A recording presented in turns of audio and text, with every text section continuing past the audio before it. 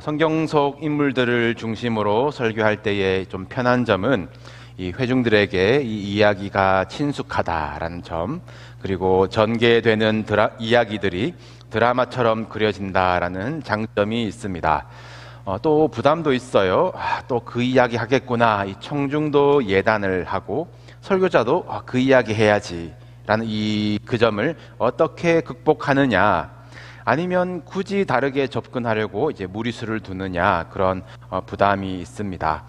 설교자들끼리는 설교 못하면 안 되는 소재 이런 식으로 서로 부담을 주기도 하는데요. 아브라함의 이야기 잘 이어서 오고 계시죠? 여러분들의 기대하는 눈빛에서 이제 안심을 좀 얻고 싶습니다. 그리고 저와 여러분들이 주의해야 할 점은, 아브라함 대단하구나, 아브라함 본받자에서 그칠 수 있는 점을 조심해야 할 거예요. 아마 수십 번도 더 들으셨을 아브라함의 이야기지만, 오늘 나에게, 우리 공동체에게 주시는 말씀으로 사모하며 들으셔야 하고, 이 성경이 아브라함의 이야기, 사람의 이야기가 아니지 않습니까? 하나님이 행하신 일이 무엇인가? 하나님께서 어떻게 아브라함을 믿음의 사람으로 이끌어 가시나, 하나님을 주목하는 시간이 되시면 좋겠습니다. 아브라함을 이 약속의 땅으로 가라라고 하신 하나님은 아브라함의 걸음이 느려도 둘러가도 기다려 주셨어요. 그리고 약속의 땅에 기근을 준비해 두셨습니다. 아브라함이 애굽으로 또 도망가고, 그래도 하나님은 또 기다려 주시고 지키시고 다시 그의 걸음을 약속의 땅으로 인도해 주세요. 아브라함은 내가 틀렸구나, 하나님이 오르시다 점점 배우고 있습니다.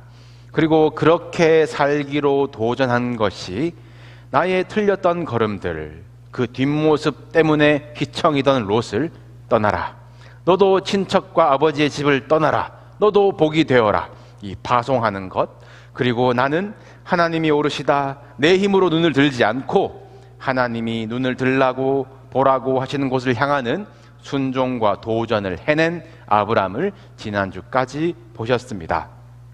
아브라함이 또 제단을 쌓고 자신이 경험한 하나님을 예배했었죠. 그런데 하나님도 참 징하신 것이, 약속의 땅에 기근을 준비해 놓고 아브라함을 다루시더니 이번에는 전쟁입니다. 문명이 일찍이 발달한 애굽이야 이제 큰 국가의 형태와 어떤 파라오, 이 제왕의 권위를 가지고 있었지만, 이 가나안과 이 주변 지역은 아직 아주 작은 도시 국가들로 구성된 형태였다고 하는데요. 그래도 이 9개 도시의 왕들이 휘말렸으니까 그 당시 인식으로는 이 천지가 전쟁통이고 마치 세계 대전인 셈이었을 것입니다. 아담으로 인해서 죄가 들어왔고, 가인아, 죄가 문에 엎드려 있다, 죄가 너를 원하나 너는 죄를 다스릴지니라. 그러나 인간은 죄를 다스릴 수가 없지요. 가인이 결국 살인을 저지르고 도망가서 한 일이 무엇입니까? 성을 쌓습니다. 그리고 그 후손들이 한 일이라고 이제 기록된 것을 보시면, 더 가질 수 있을까? 더 강해질 수 있을까? 더 즐거울 수 있을까? 이 탐심과 정욕을 채우는 일들의 조상이라고 불립니다. 오늘 읽진 않았지만 14장 초반부에 등장하는 9 왕들의 이름, 그들이 쌓은 성들 마찬가지입니다. 더 가지려고, 쌓아두려고, 더 차지하려고, 더 강한 쾌락을 위해서 모이고 왕이 되어 다스리는 거예요. 그 중에 제일 대장왕이 있었습니다. 제일 힘센 사람, 가장 많이 차지하는 사람이라는 말 아니겠습니까? 그돌라오멜이라는 왕이 있었고, 나머지 8왕이 그에게 조공을 바치면서 12년을 살았대요. 더 차지하고 싶은데, 더 누리고 싶은데, 더 이름을 내고 싶은데 그럴 수가 없습니다. 그돌라오멜 때문에 안 돼요. 그돌라오멜만 없으면 될 것 같아요. 그래서 5 왕이 동맹을 맺고 그돌라오멜에게 대듭니다. 같은 조공바친 신세였던 나머지 3 왕은 손익을 따져봤겠지요. 그리고는 그래도 아직은 그돌라오멜이다, 그돌라오멜의 편에 서서, 그래서 이 그돌라오멜 대왕과 이 플러스 3 왕의 연합군 대 5 왕의 이 반란군의 전쟁이 시작되어요. 이들이 전쟁하려고 모인 곳이 이제 염해라고 성경에 나오는데 오늘날의 사해입니다. 들어보신 적이 있으실 거예요. 물이 들어오기만 하고 흘러나가지를 않아서 고이고 고인 물의 염도가 너무 높아져 어떤 생명도 살지 못하게 되어버린 호수입니다. 그래서 데드시, 이제 사해라고 부르는데 요즘은 여기를 또 생명의 바다라고 부르거든요. 여기서 나오는 무슨 미네랄, 무슨 머드, 무슨 광물들로 그 일대가 먹고 살고 있습니다. 이야, 돈 벌게 해주면 생명이구나, 자본주의로는 생명의 바다가 맞구나 싶습니다. 사해 바다에 기분 좋게 둥둥 떠서 피부에 좋다고 목욕도 하는데 이 바닥은 소금이 쌓여 있어서 날카로워서 발에 상처를 주기가 십상입니다.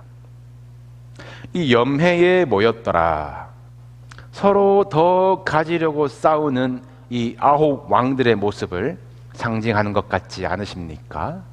받을 줄만 차지하려고만 하고 흘려보낼 줄을 모르고, 왕이 되어 섬김 받으려고만 하고 섬길 줄을 모르니 그들의 왕국은 생명 없는 사망의 바다가 되는 것이에요. 반란군이 힘과 때를 아주 상당히 준비를 했을 것이고, 뭐 선빵 필승 뭐 그런 말도 있는데, 붙었더니 결과는 그돌라오멜과 그 세 왕이 5 왕을 압도적으로 이겨버립니다. 성경에 이 그돌라오멜의 동선도 나와 있는데 그냥 쭉 직진이에요. 스트레이트. 파죽지세로 그냥 단번에 다 밀고 정벌해 버립니다. 이 대들었던 5 왕 중에는 소돔 왕 베라도 이제 포함되어 있었고, 당연히 이 소돔도 그돌라오멜이 다 삼키고 지나간 코스에 있어요. 그런데 문제는 아브라함의 조카 롯이 소돔에 거주하고 있다가 전쟁 중에 포로로 사로잡히고 그 재물도 다 빼앗겼다라는 것입니다. 롯이 왜 거기 있지 싶은 거죠. 지난주 본문에서 롯은 요단 지역이 좋아 보여서 요단 지역, 그 지역의 도시들에 머물렀다, 소돔 근처로 간 것으로 나오는데, 보암직하고 먹음직하게 보이면 손을 대게 되고 입에 삼키게 되는 것이 이 죄의 유혹인가 봅니다. 어느 순간 롯이 소돔에 거주하고 있고, 나중에 보시면 롯은 또다시 소돔으로 돌아가고 결국 소돔 성문에, 그 도시의 실세들이 모이는 자리에 같이 앉아 있거든요. 베드로 후서에 보시면 롯에 대한 흥미로운 평가가 있습니다. 이 롯이, 이 의인이래요. 롯이 의인. 이 의인이 그들 중에 거하여 날마다 저 불법한 행실을 보고 들음으로 그 의로운 심령이 상함이라. 보고 듣는 것 때문에 의로운 심령이 상했대요. 여러분, 보고 듣는 것 조심하십시오. 눈을 어디로 향하는가, 그것이 중요한 것이고, 보고 듣는 것이 중요하다면 우리가 말하고 우리가 보여주는 것도 중요하지 않겠습니까? 남에게 들리게 하는 우리의 말, 남에게 보이는 우리들의 뒷모습까지 성도의 책임을 다해야 하는 것입니다. 롯이, 야, 저기가 좋아 보인다, 물이 넉넉하구나, 애굽 같구나, 자기 힘대로 욕심을 따라갔다가 우는 사자와 같이 삼킬 자를 찾는 더 강한 힘, 더 큰 욕심에 삼켜졌습니다. 이 롯에게서 한 사람이 도망을 하는데, 아마도 이제 롯의 집에 있던 사람, 롯이 사로잡혔다는 소식, 롯이 위기라는 소식을 어디의 누구에게 알려야 하는지 아는 사람 같아요. 그가 아브라함에게 달려가죠. 그런데 아브라함은 그때에, 아브라함은 아모리 족속 마므레의 상수리 숲을 근처에 거주했다라고 하는데, 아직까지 자기 땅도 집도 없이 아모리 족속의 땅에서 쌓아둘 집도 견고하게 지킬 성도 짓지 않고 장막에 거주하고 있습니다.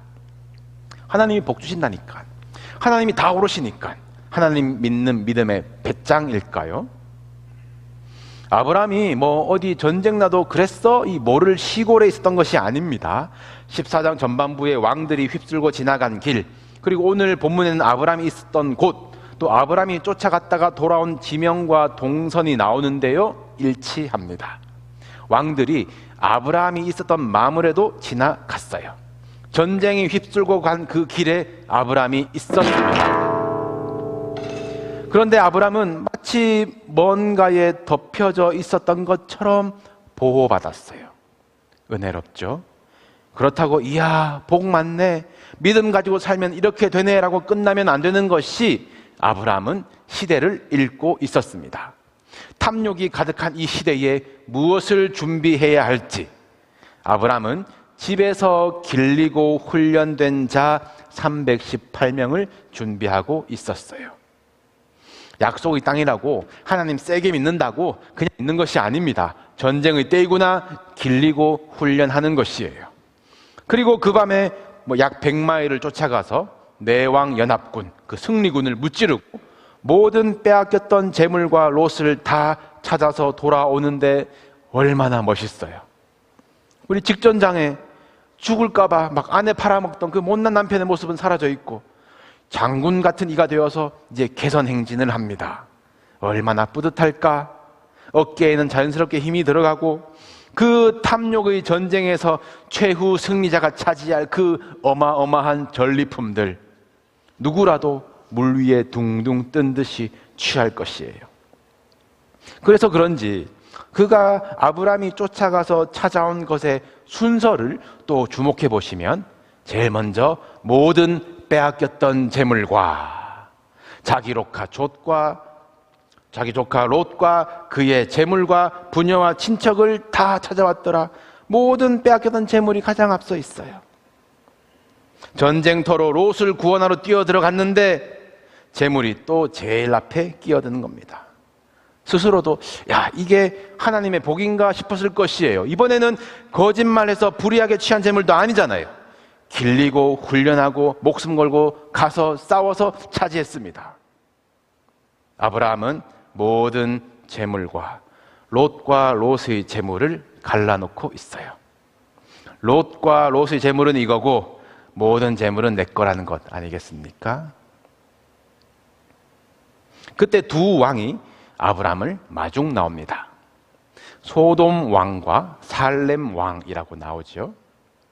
먼저 소돔 왕 베라가 좋아가지고 아주 버선발로 나와서 영접을 하는데 거기 골짜기 이름이 또 하필 왕의 골짜기래요.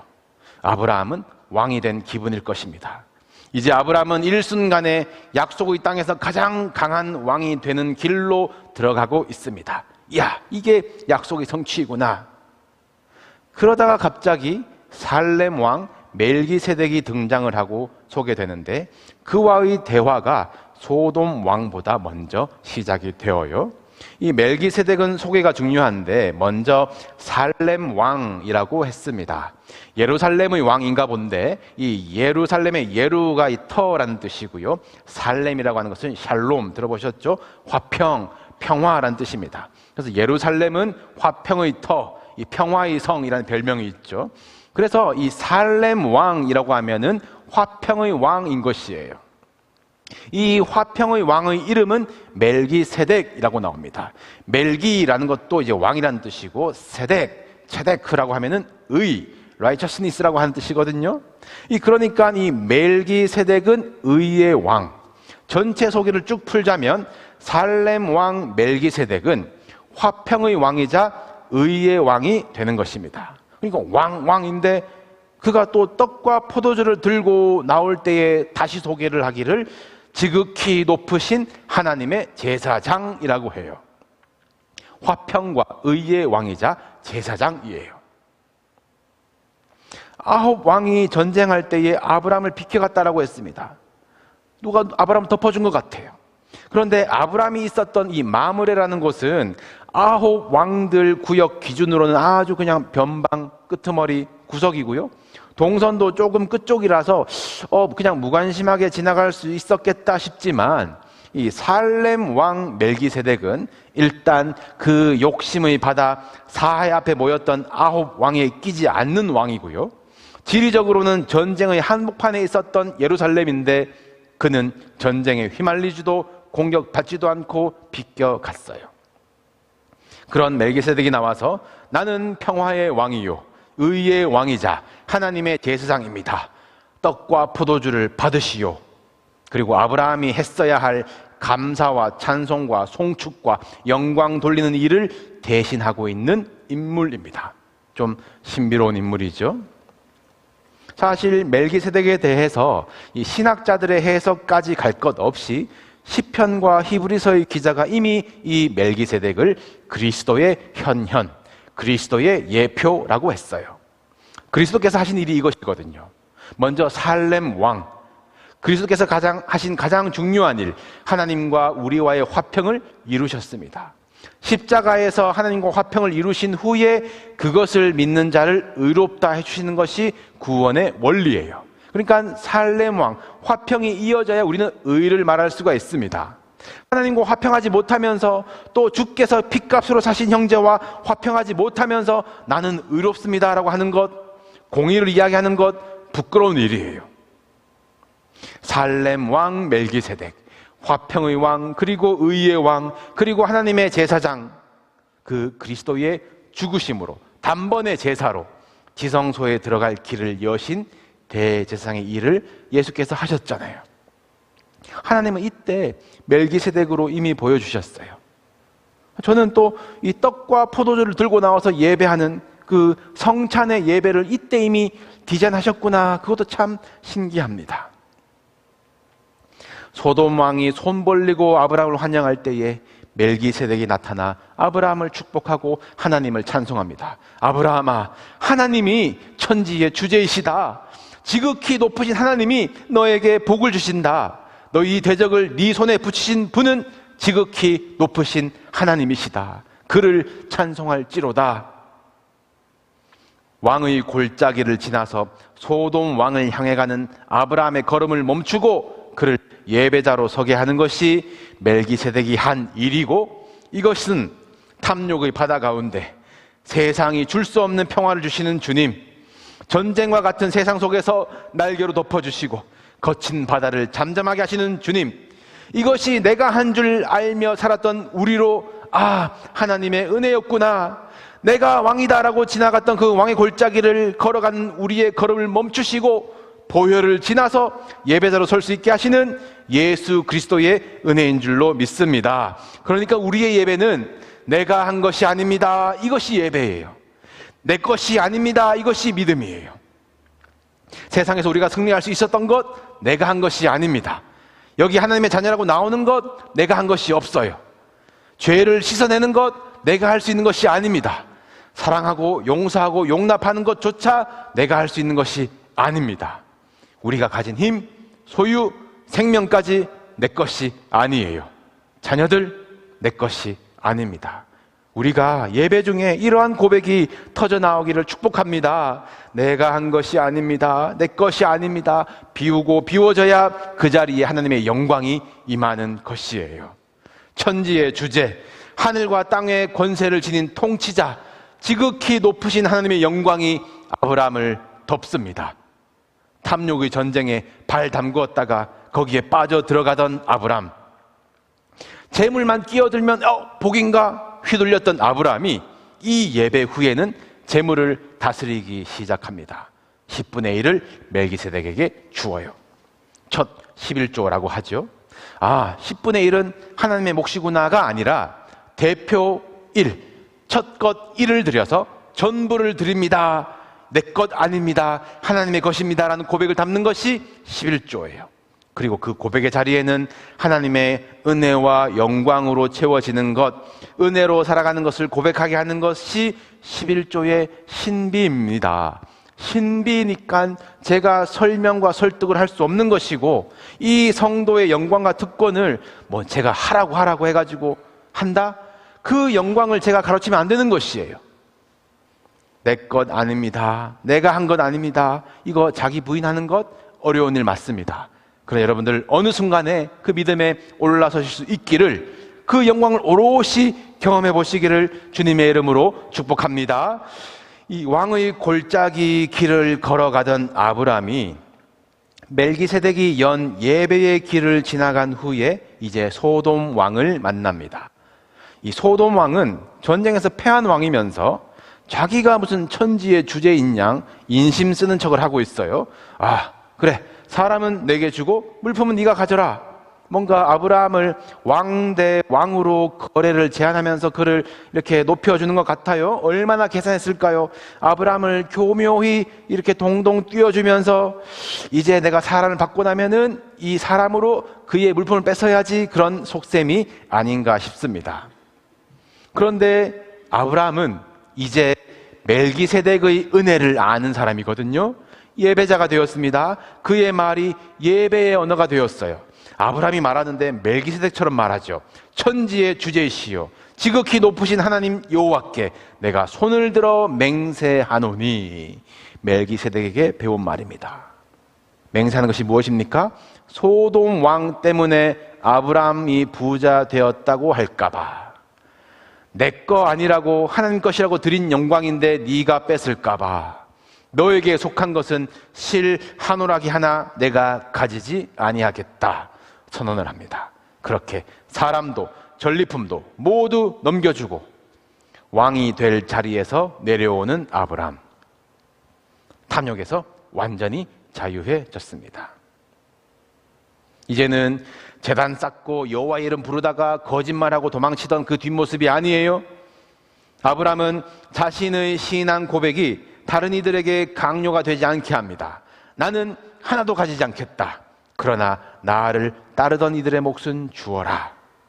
믿음이 연약한 이들을, 자기의 뒷모습을 보며 따라오는 이들을 돌보는 아브라함을 볼 수 있습니다.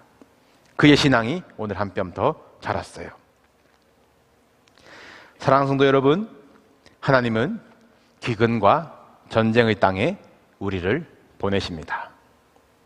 이 땅은 더 가져야 잘 살 수 있고 더 강해야 지킬 수 있다고, 네가 왕이 되어야 한다고 말하는 그 땅입니다. 소돔 왕과 살렘 왕이 마중 나오고 있습니다. 누구를 따라가시겠습니까? 세상은 말합니다. 살아남는 자가 강한 거라고 합니다. 그돌라오멜은 지고 결국 살아남은 소돔 왕, 사람과 전리품까지 차지한 소돔 왕이 최후 승리자 같습니다. 그러나 여러분, 살렘 왕이 세상을 이기었습니다. 그를 힘입어 예배하는 자를 지극히 높으신 하나님이 높으신 생각과 뛰어난 평강으로 돌보시는 줄로 믿고 사시기를 축복합니다. 우리에게는 받기만 하고 흘려보내지 않는 그 사해 같은 신앙은 없습니까? 마셔도 목마른 그 탐욕의 사해바다, 둥둥 뛰어주는 것 같지만 결국은 누구도 살지 못하는 바다가 되면 안 될 것이에요. 여러분, 꿈을 꿉시다. 에스겔이 보았던 환상에는 성전에서 흘러나오는 물은 흐르고 흘러서 발목에 차오르고 무릎에 차오르고 허리에 차오르고 마침내 완전히 덮어버리는 물, 사람이 능히 건너지 못할 강이 되어서 그 강물이 흐르는 곳마다 번성하며 생물이 살고 바다가 되살아난다 라고 말씀하셨어요. 우리 기근과 전쟁 중에도 지극히 높으신 하나님의 뜻과 생각을 신뢰하며 하나님을 예배합시다. 내가 한 것 아닙니다. 내 것이 아닙니다. 끊임없이 나를 비우시고 예수 그리스도의 은혜로 나를 채우고 예수님처럼 말하며 사랑하며 섬기며 사람이 능히 건너지 못할 은혜의 강을 흘려 보냅시다. 나를 믿는 자마다 생수의 강이 그 배에서 흘러나리라. 닿는 곳마다 회복되리라. 살아나리라. 그 생명의 기쁨이 우리 안에 있을 것입니다. 또 한 주도 지극히 높으신 하나님, 찬양받기 합당하신 하나님께 감사와 영광을 올려드리며 예배로 세상을 이기는 저 여러분 되시기를 주님의 이름으로 축복합니다.